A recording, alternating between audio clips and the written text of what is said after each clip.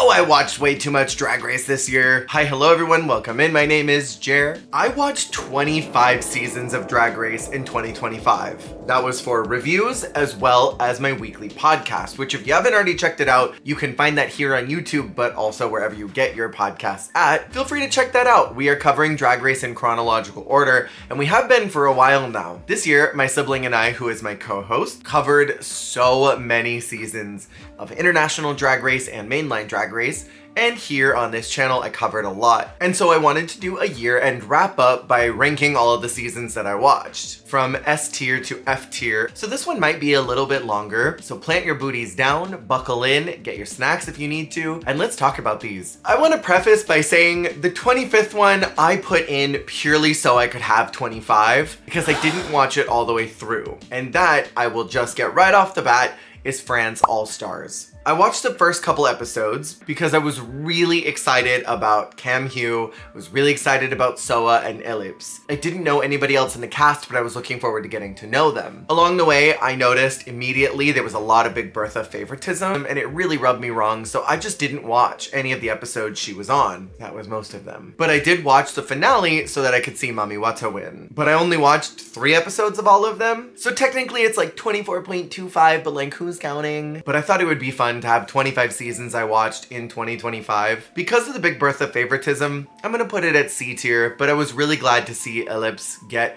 her flowers. I was really glad to see Mami win. There were some great moments. I enjoyed the ball immensely. I thought parts of Snatch Game were quite funny, and I loved the runway themes this year. They were so good. I kept up with the runways every single time, and there were some girlies that were doing it. It makes me excited to get into the other seasons of France, because so far I've only seen the first one. I started the year on this channel with Drag Race Season 17, covering the promo photos as well as each one of the episodes. Initially, I put this season at A tier because I thought that it kept me on my toes. What I liked about it is that I couldn't always tell what production was doing, and that's refreshing for Drag Race. But the more that I thought about it, and having reviewed the entire year, I think I'd actually demote it to a B tier, and there are a couple reasons for that. One, I feel like the narrative kept switching about who our players were. Drag Race Mainline US is, I think, television before its competition, and with season 17, they were struggling to figure out who their villain was. They kept shuffling that around between different players in the game. They were struggling to figure out who their front runner was in the edit. That kept shifting around. It was Sam, but then it was Anya, but then Anya was the underdog, and then Susie was the villain, but then Lexi was the villain, but then Lexi was the underdog. And all of these archetypes kept kind of shifting around. And on the subject of Lexi, the story between her and Susie was never resolved. They never did anything with that. They kept building up this tension that the two of them were head to head, at least in Lexi's mind. They kept building up that something was unresolved there with the way that Lexi felt about Susie. She kind of figured it out near the very end, but then they never put them head to head to fight it out in a lip sync like they love to do. That was a huge wasted story opportunity, and for that, I think it brings down the season a little bit. These are 2 endgame players, and they do nothing with them. They edge and edge and edge, but then never bust. And this is not No Nut November. This is Drag Race. If you are going to set up a story, you need to finish it. If you ain't gonna finish, don't start. And so for me, that brings the season down just a little bit because of this huge story moment that just didn't go anywhere. After reflection, I love that Anya won. I think she's a great winner. I still wanted Jules to win, and I think that there were a lot of arguments why she should have. I also just didn't appreciate the shafting of Jules Sparkle. I thought that the show was kind of inconsiderate towards her. And I think that had a lot to do with the fact that she's Latina, and the show has kind of a bad reputation with Latinas. For the podcast, I watched Drag Race UK Season 3. This was actually my very first time watching it in its entirety, because when Drag Race UK 3 dropped originally, I only watched episode 1, and I think I was so overwhelmed by Drag Race at the time, I just wasn't really into it. And I loved UK 2 so much. There wasn't a Bimini or a Lawrence or a Taste or an Ahura that grabbed me right away. It wasn't until I watched Canada vs. the World Season 1 where I got to experience Vanity and Victoria kind of in a fantastic light that made me curious and excited for whatever they were going to have done in the original season. So watching UK3 again, I realized that my Drag Race fatigue was kind of unfounded initially. I wish that there was a lot more POC, because why the heck were there so many Caucasian queens, and why is that such a problem in Drag Race UK that POC queens do not get cast even though they are auditioning? Speaking of which, I did not like the treatment of Vanity Milan. I know that she had some problems, but she wasn't bottom worthy every single week. A lot of that belonged to maybe Scarlet Harlot. And I think the way that Rue was constantly up Crystal's butt kind of got annoying after a while. That's not Crystal's fault at all. I just feel a lot of times they have someone who is their favorite and they latch on to that person very tightly, and nobody else is able to compete with that favorite. And I felt like that was what was happening a lot of the time with Crystal. This is a girl who was slaying and eating, and yet they were always giving her flowers and kind of just ignoring everybody else in the room. Some of the challenges were booger, like Draglexa was so foul, but I loved that fruity runway and I want to see that all the time. That was such a good theme. Overall, I would put Drag Race UK 3 at C tier. I understand a lot of people's criticisms about the season 3 curse, and I think this season is the first one that kicks that off, because if you look at US season 3, that one's great. From what I've heard, Down Under 3 is pretty solid, and Italia 3 is solid. I enjoyed elements of España 3, but I understand why this one is kind of cursed. And then Thailand 3 sucked. For the podcast, we watched Canada's Drag Race Season 2. I'm gonna put this right away at B tier. I wanna praise a couple of moments. I've got a trick up my sleeve. Cynthia motherfucking Kiss and Pythia. I have a controversial opinion about this season that's probably gonna make a lot of y'all upset. I think that Isis was very good on the runway. I don't think her performance in the challenges was that strong. She was actually quite weak in several of them. And I know a lot of people love Isis's run, but I think there were other queens who had slightly stronger runs. If Cynthia Kiss had a stronger visual package, she easily could have won, because she had all of the right stuff to go all the way to the end, just not the impressive runways. And truly, I think that Pythia knocked it out of the park. In this season, we got some iconic lines from the mysterious woman, Amanda Brugel. We just wanted you to know it was weird as Sad that she's gone, but so glad that we got Mother Tracy permanently after this season. And that's what I have to say about that. We watched Drag Race Italia 1. I'm gonna put this at controversially B tier. I made a video like a year ago talking about Italia 1, and Enorma Jean just found that video and commented on it. So my heart is so full right now, I can't even lie. Italia 1 is weird. It deviates really hard from the formula of Drag Race and tries to pave its own path. And while I think that's admirable in a lot of different ways, this isn't a format that desperately needs to be adjusted, and some of the formulaic changes they made just simply don't make sense. I wasn't keen on the way that they critiqued. I didn't love a lot of the comments that were made. Priscilla's comments specifically to Avant-Garde I think were out of pocket, out of touch, and bullying behavior. Thankfully, Priscilla gets much better in season 2, and I think she learned from a lot of mistakes, but season 1, it seemed like they were trying to just make an example out of the girls that were there. And I didn't understand that, especially when it came to Enorma. The entire scene where Enorma and Ava have to lip sync for their redemption because they embarrassed the show so much by having an outburst in Untucked, I think was kind of nonsensical. They didn't need to air any of that. They could have simply addressed that blow up in private and then not talked about it, not trying to embarrass them further. Go back and watch my recap of that season. It's an old video here on this channel, but it goes in depth on the season. I also don't love the way that the show holds so much space for alt drag, but then kind of leaves some of the contestants in the dust who are doing really well. There is an iconic crowning because the winner, who's one of my favorites, has 0 challenge wins, just a bunch of minis and a ton of Astrolab jewelry because of its sparkles. It's Astrolab.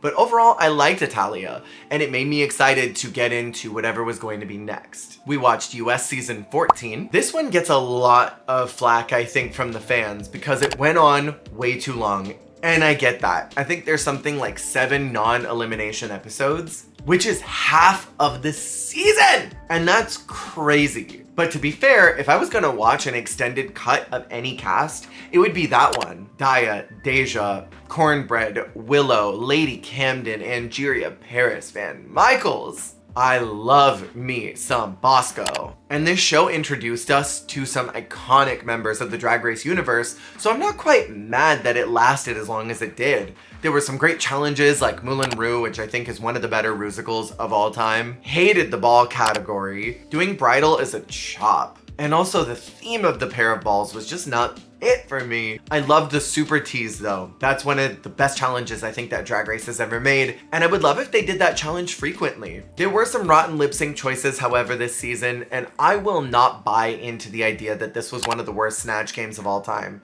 because I have eyeballs and I saw many of the others. We watched UK versus the World Season 1. I watched this when it initially came out, and I stopped watching right at the finale. I was so bummed when Pangina got eliminated, and then when Janie went, I was out. Watching it again, the favoritism for Blue and Baga is downright infuriating, and the way that Juju dodges so many eliminations is insanity.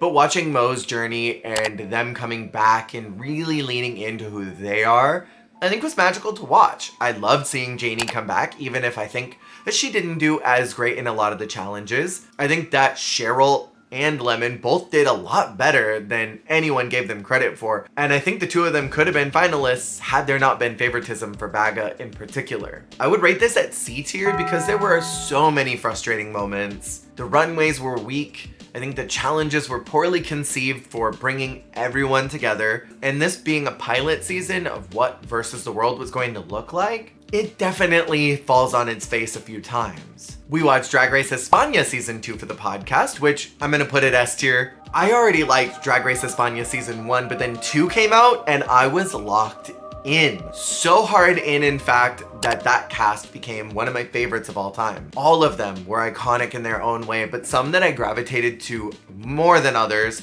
were Benedita Von Dash and Estrella Extravaganza, who I didn't think I was gonna like Estrella. In the first 2 episodes, I'm like, well, they needed someone to go home. And the more weeks went on, the more I loved her. I loved Jurigi and her fights with Marina. The fart storyline was iconic, and I quote nonstop. Well, you're farting all the time and I just have to smile through it and look pretty.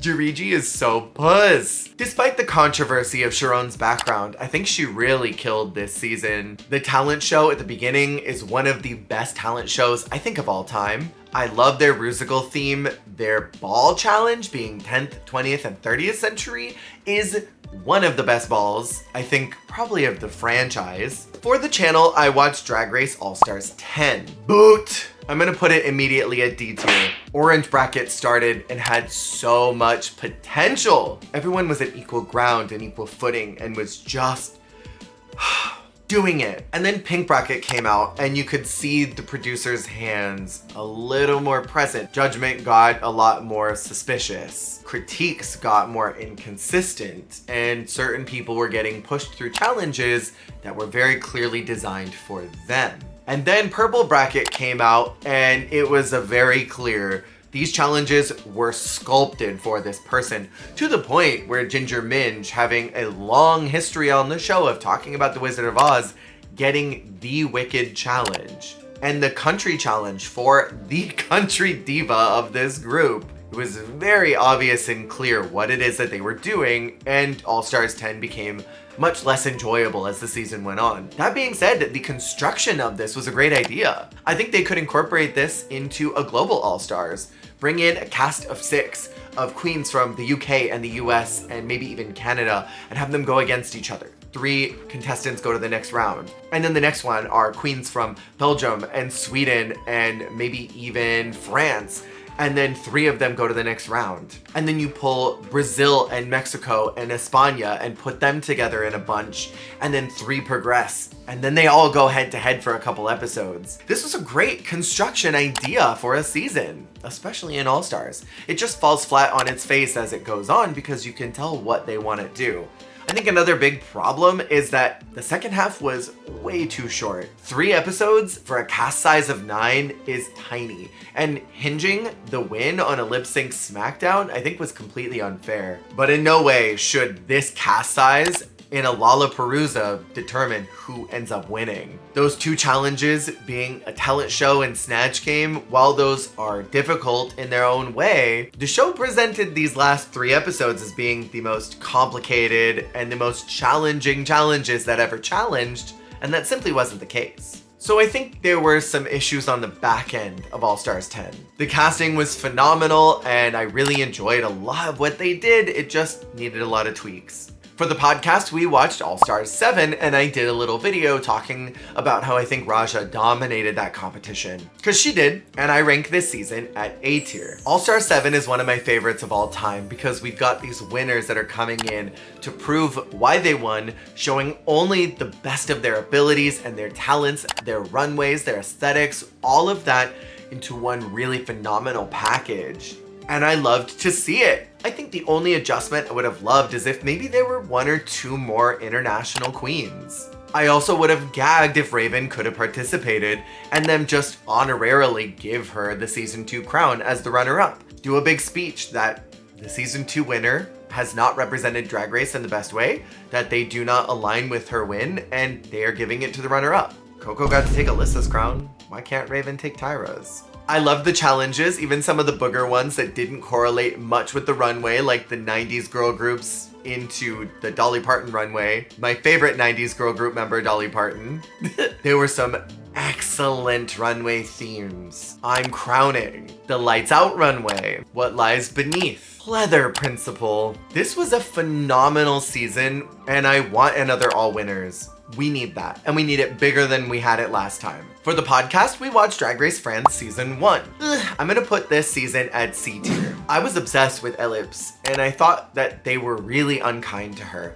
I loved Lolita Banana, but they kept using her as a plot device to push this xenophobic, borderline racist narrative about her. There were some comments made about Lolita that made the edit that I did not appreciate or like at all. And one thing that frustrated me more than anything is that they demanded, or one of the judges demanded, that she stop bringing so much Mexico and bring more of France. And at the time I thought, is this something that a lot of the immigrants have to deal with when they go to Drag Race? Like, are they demanded that they change up their aesthetic and be more of the home country that they're at? To my recollection, Nikki Doll was kind of teased, but they didn't ask her to stop bringing French things. When Visa was on season 3 of España, they didn't ask her to stop bringing so much Mexico and bring more España. This is kind of an exclusive situation that happened to Lolita, and that sucked. I love the runways this bunch brought, and I think the minds of people like Paloma and Lolita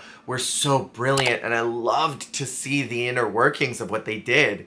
I think Soa could have had 2 less bottom placements and probably could have won the whole thing. There were a lot of suspicious judging choices, and I can see what they wanted to do with it by making it more of a celebration of drag, but something about the season is a little too loosely produced. And simultaneously too overly produced. Kind of comes across like they're figuring it out on the fly. So I generally have problems with the way that it was packaged and presented to us as the audience. For the podcast, we watched Canada's Drag Race Season 3, S tier. I watched this when it came out, and this is the one that made me fall in love with Canada's Drag Race. I don't care what anybody says. This is the best season of all of Canada. I love that we get full-time Tracy Melchor. The challenges are extremely fun and the runways knock it out. One of my favorite challenges of all time is the makeup product, where they have to create their own palette. I love the duo lip sync concept where they have to get in pairs. Would have loved if it wasn't RuPaul songs, but I understand that they've got to do what they've got to do to save on money. It's got some of the best lip syncs that have ever happened, like with Kimmy Couture. And that Carly lip sync? I love the contestants, and what I think is really fun about this season in particular is that Giselle Lullaby doesn't emerge as a frontrunner right away. I think when you watch episode 1 and 2, maybe even 3, you might think that Boom Boom is gonna win. You think that maybe even Fierce could win. But Giselle does not crop up as a viable winner until a couple episodes in, and that's exciting for me because a lot of the rubric of Drag Race in general is the frontrunners are presented very quickly so that we as the audience are primed. Okay, watch out for that one, they're gonna win. But Canada 3 doesn't do that. It changes up the formula in a kind of severe way that I appreciated a lot because it left me guessing. For the podcast, we watched Drag Race Down Under Season 2, and I would put this at B tier. Spanky Jackson is one of the craziest wackadoos that I have ever seen on Drag Race, and I loved her. From that whack runway that she did for that design challenge in week 1 to her owning the stage with Yuri in the comedy challenge to the way that she progresses through the season being this hilarious fun auntie vibe. Despite Rue being here, I think this season had a lot more New Zealand / Australian culture than the first one did. Seemed like the production crew was trying really hard to rectify some of the problems that happened in season 1, where it feels like everything culturally is neutered to accommodate for the fact that Rue and Michelle are there. I love Reese even more this season. I think he found his footing on who he wanted to be as a judge. The runway themes were a banger, and I fell in love with Queen Kong. This cast is warm and relatable. I love seeing how they navigate each one of the episodes and each one of the challenges. It was a fun watch, and I love their girl group. Bosom Buddies, I think, is hilariously iconic. For the podcast, we watched Drag Race Philippines Season 1. Holy smokes, S tier. First off, Mama Pao, I think, has become one of my favorite hosts of all time. I still think Supreme might hold number 1, but Mama Pao is so closely tied with Supreme. We gotta talk about this cast because everyone is iconic, from the very first out all the way to the winner Precious Paula Nicole. Marina Summers, Silhouette, who was a lot at first but grew on me. Minty Fresh, Brigading, my queen of all time. Venus Deluxe, Tooting, who I think would obliterate any Versus the World or Global All-Stars if she was brought in. Eva La Queen, probably my favorite contestant that entire season, who I was deeply rooting for. It's got iconic lines like, "It's not the dress, it's you. He called me a trash." Papa Fate is probably one of the best girl groups of all time. I think the production team manages to balance out what should be heavy production so that it can be a good TV show. And they do that by listening to these conversations in the workroom and stirring up drama either there in the workroom or on the runway. Mama Pao coming in and stirring the pot, asking, "Hey, can you tell me about the drama between Silhouette and Marina? Let's talk about it." Getting the girls activated and addressing their issues. On the runway, the critiques from Jiggly and Khaled Karen were so on point. We see spectacular growth happen from the contestants because of those critiques. We see breakdowns from the cast as they're navigating the high pressure stakes of Drag Race, while others like Precious Paula Nicole just continue to soar and be amazing. Drag Race Philippines set up a vibe that was so similar to Drag Race, but was its own very distinct flavor in the universe, carves its path in a way that nobody else had done, and was one of the more interesting seasons I've ever watched. For the channel, I watched Slayian Royale. I would put this at A tier because overall, I genuinely liked it. I love that they adjusted the challenges to be more performance-based and steered away from uncomfortable comedy challenges or stand-up or things that required them to improv, because that is always an imbalanced footing for people that have multi-language in one room. Some of the judging was kind of weird, and I didn't love the format of 2 judges being there one week and then there the next. I think some of them could have been altered around. Like, I don't understand why Precious Paula Nicole wasn't in Miss Shutika. I didn't quite understand why someone like Jimbo wasn't judging Snatch Game. I thought the makeover challenge was maybe the more frustrating challenge in the game, because why would you have 2 contestants make over 1 person? I high-key wish that Khaled Karen was there every single week. I think the show needed one more stable anchor, and it kind of missed that. But otherwise, I think it was phenomenal, and as a Brigading stan, I was so happy that she won. For the podcast, we watched Drag Race UK Season 4. C tier, sadly. This one is frustrating to watch because the favoritism for Jombers is so present. This is the Spicy Sunshine archetype. Someone who is actively doing bad in challenges and on the runway, but constantly gets a push to the next episode for not really any reason. Even the host doesn't seem to like them very much. Like, RuPaul actively seems annoyed by Jombers and doesn't seem to want her there, doesn't like her name at all, but keeps pushing her through the competition.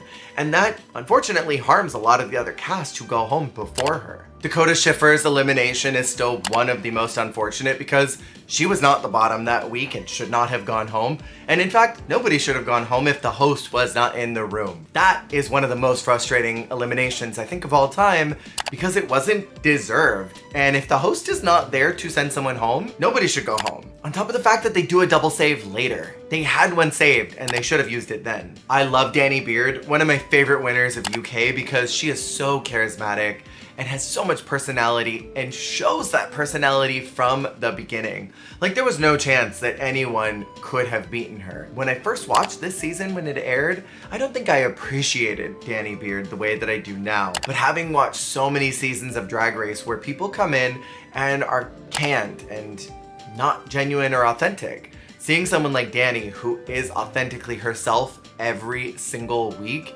and is just naturally hilarious, that was refreshing to watch. For the podcast, we watched Drag Race Italia season 2. Y'all, I'm gonna put it at S tier. Italia 2 was such a joy and a treat to perceive. I love that the judges learn from their mistakes of season 1. Priscilla gets better, Chiara gets better. Sadly, Tommaso got worse.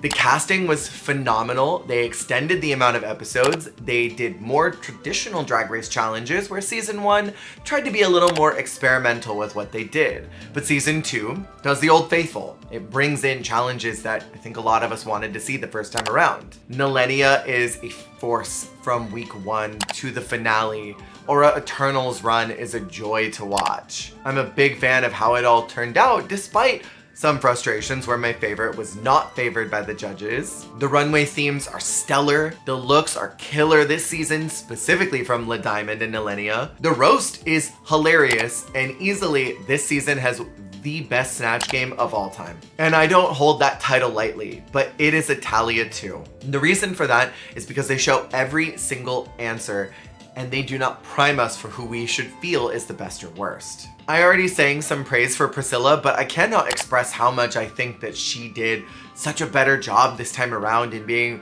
more personable and much less of a bully than she was the first time around. She connects with the camera and the queens, her makeup and looks get better, and I love her dynamic with the entire room. You can tell that she cares a lot and that season 1 was an opportunity for her to step through some doors and she owns her space in 2. On top of that, I love how much we get to see Chiara. That woman is a bundle of energy and easily one of my favorites of the Michelle archetypes. For the podcast, we watched Canada vs. the World season 1. I would put this at A tier. Raja O'Hara's journey from this kid on season 11 who is very disliked to becoming this star by the time that she finishes sewing this tapestry that she's been creating on Drag Race was magical and beautiful to see. I love her journey and I love Raja O'Hara. Her friendship with Silky is beautiful to watch, and the two of them growing together on this season and helping each other get to the end through their emotional support was fantastic. I loved seeing some of my favorites again, like Vanity and Victoria. I was sad that certain queens got the chop early. I was looking forward to seeing more of Kendall Jenner. I was looking forward to seeing more of Stephanie.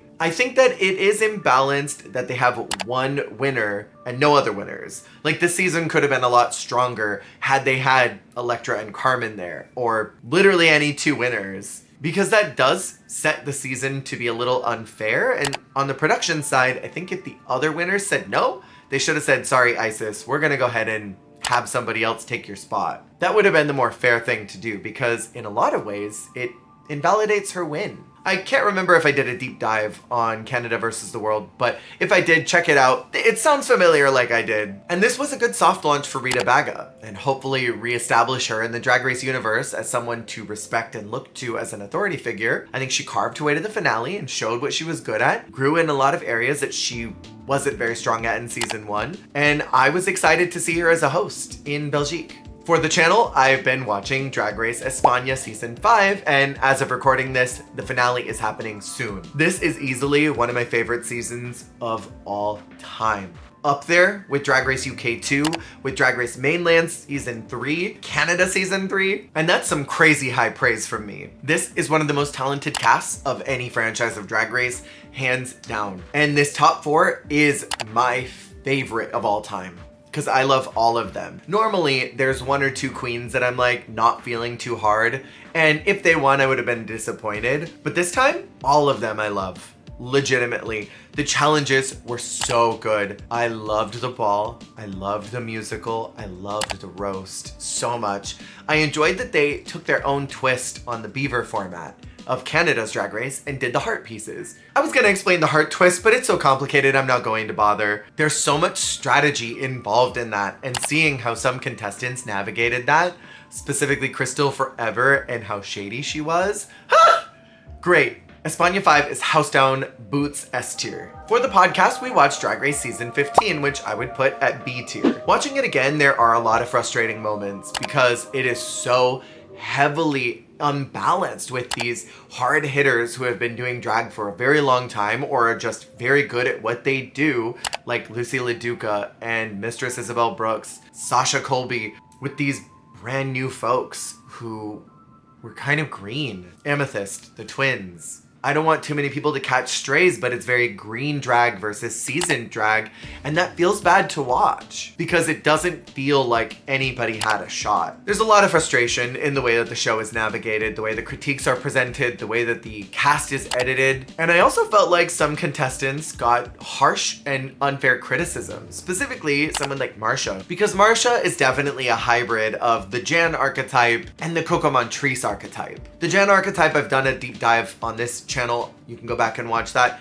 The Coco archetype is someone who is just never doing drag right, according to the judges. They could do everything correct and follow the feedback, and there's always something new they could work on because their drag is not good enough for the judges. And that is infuriating to watch when Marcia is doing good and there are people who are not doing good who don't ever get critiques. Not in the same way that we see Marcia. There are a lot of wonky challenge wins that feel unjust and unfair. And while there are fantastic lip syncs this season, I think the show tried so hard to veer off in the other direction and correct mistakes of season 14 where nobody ever went home ever to barreling through. Everybody's gotta go and everyone will fall off very quickly. There's never a moment to breathe or catch your breath from all of the excitement going on, so it fatigues me even more as a viewer.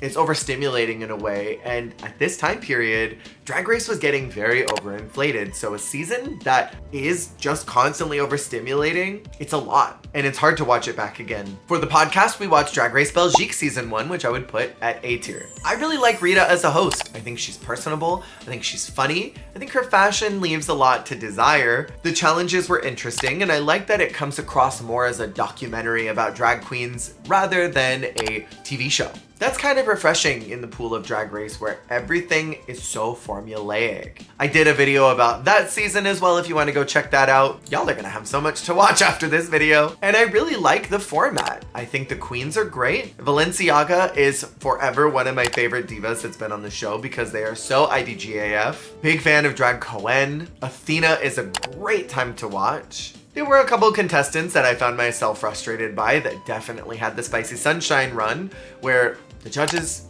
give them a lot of passes for not being as great. The show gives us one of the most chaotic, crazy contestants, Mokabone, whose talent show lyric is Popper Sniffer Foreskin Liquor. Unwell behavior. But it's a stellar time and very refreshing in a kind of oversaturated market where everything is the same. This one dares to be something different. For the podcast, we watched Drag Race Sverige, otherwise known as Drag Race Sweden, which I would put at S tier. This is one of the most phenomenal casts of all time. The rubric of the show is totally different. They adjust challenges to match the energy of the contestants that are there. The runway prompts are very fun, even if the runway is terribly lit. Fuchs is maybe one of my favorite hosts. She's definitely high up on my list. I think she's funny and personable. She presents to the camera well. She and the others take it so seriously, but simultaneously are so unserious. My biggest problem is the rotating judges. I don't think we got a good enough sense of either one of them because they're both Carson and Ross, essentially. There is no Michelle, the stable anchor that's always there from episode to episode. And I think both of the rotating judges are the epitome of fine. They don't give solid critiques, they're not overly helpful, and their lack of presence, I think, is felt a lot throughout the show. But holy smokes, is this a great cast. Admira is a fantastic and brilliant winner. Her mind in the reveal runway is so chaotic. And I found one of my new vocal stems, which is Slatina Milk from the Slatina Milk Factory. Love me some Fontana. And there are rumors that she is going to be on the next UK versus the World, and oh boy, am I ready. For the podcast, we very recently finished Drag Race España Season 3, one that I was primed to not enjoy, one that I was told by a lot of people wasn't very good, but I quite liked it. I didn't find the judging any more frustrating than some people not ending up in the bottom when they should have in Season 15, or some people getting a major push and hands over the eyes for problems that happened in other casts. I didn't find it any more frustrating than I did with Drag Race Belgique or even Canada's Drag Race. I think there is something to say about the fact that Season 1 and 2 were such genuine competitions, and there was so much kindness and empathy and space held for everyone there, that Season 3 does feel like some trickery got into the mix, and something was definitely negatively amiss. And I think one of the problems with it is that it doesn't have a Carmen Farala, it doesn't have a Sharon, this mother figure who dominates the competition. Vania could have been that, but she was so riddled with anxiety and stress that her motherly nature doesn't get to manifest as mothering the competition. I think Petita is a fantastic winner. I'm obsessed with all of the cast because they are phenomenal in their own right. They all bring something new to the table that we hadn't seen before, new perspectives, new thoughts, new looks, new designs. And their confessionals are also iconic. I hope that we get to see Visa again. I hope that Clover gets to be somewhere else and given flowers, because the Hobbies very clearly hated Clover Beach. That still doesn't make sense to me because she was doing genuinely pretty good. It falls in B tier for me. For my channel, I am currently reviewing Drag Race Canada Season 6, which I'm going to give it A tier for right now. We'll see how the rest of the season progresses and if I still feel the same, but I love this cast. I love the challenges so far. The runways have been excellent and I cannot wait for more. And for the podcast, we are currently reviewing Drag Race All-Stars 8. I'm gonna put this season at F tier, and I think I'm gonna do a deep dive video into what I think the many problems were, beyond the fact that it is a very clear setup and very clearly rigged from start to finish. I rarely use the phrase rigged. I talk about overproduction, or I talk about editing issues, or I call out favoritism when I see it, but this season is the only one that I genuinely feel, maybe next to All-Stars 1, is rigged. It was a very clear setup for who was going to win.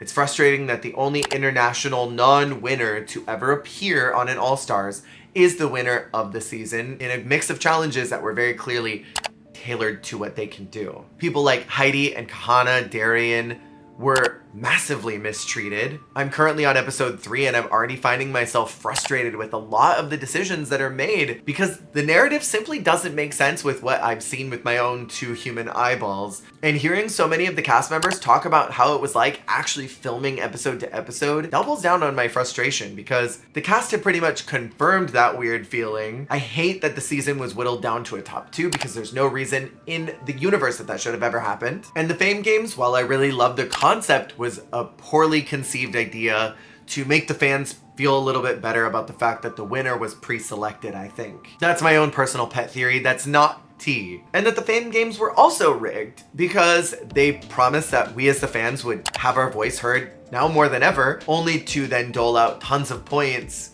right at the talent show and predetermine who was going to be the Fame Games winner by scooting them to the top of the list. So whoever we wanted to win essentially didn't matter. I probably still would have picked Lala, but I also wanted it to be Jessica after she got so badly shafted. So there's frustration all around. It remains at F tier, and I don't think any season will be worse than All-Stars 8, despite how bad I think All-Stars 9 was. And that is the extremely long list of Drag Race seasons that I watched this year of 2025. Thank you for watching this longer video. If you'd like to support the channel, you can check out the Extravaganza Extra membership, which lets you watch some of my posted videos a few days sooner or sometimes the night before everyone else gets to watch them. I try to keep the uploads consistent and try to keep everything ahead of time so y'all can enjoy those before everyone else. But otherwise, thank you for watching, and I will see y'all on the flip.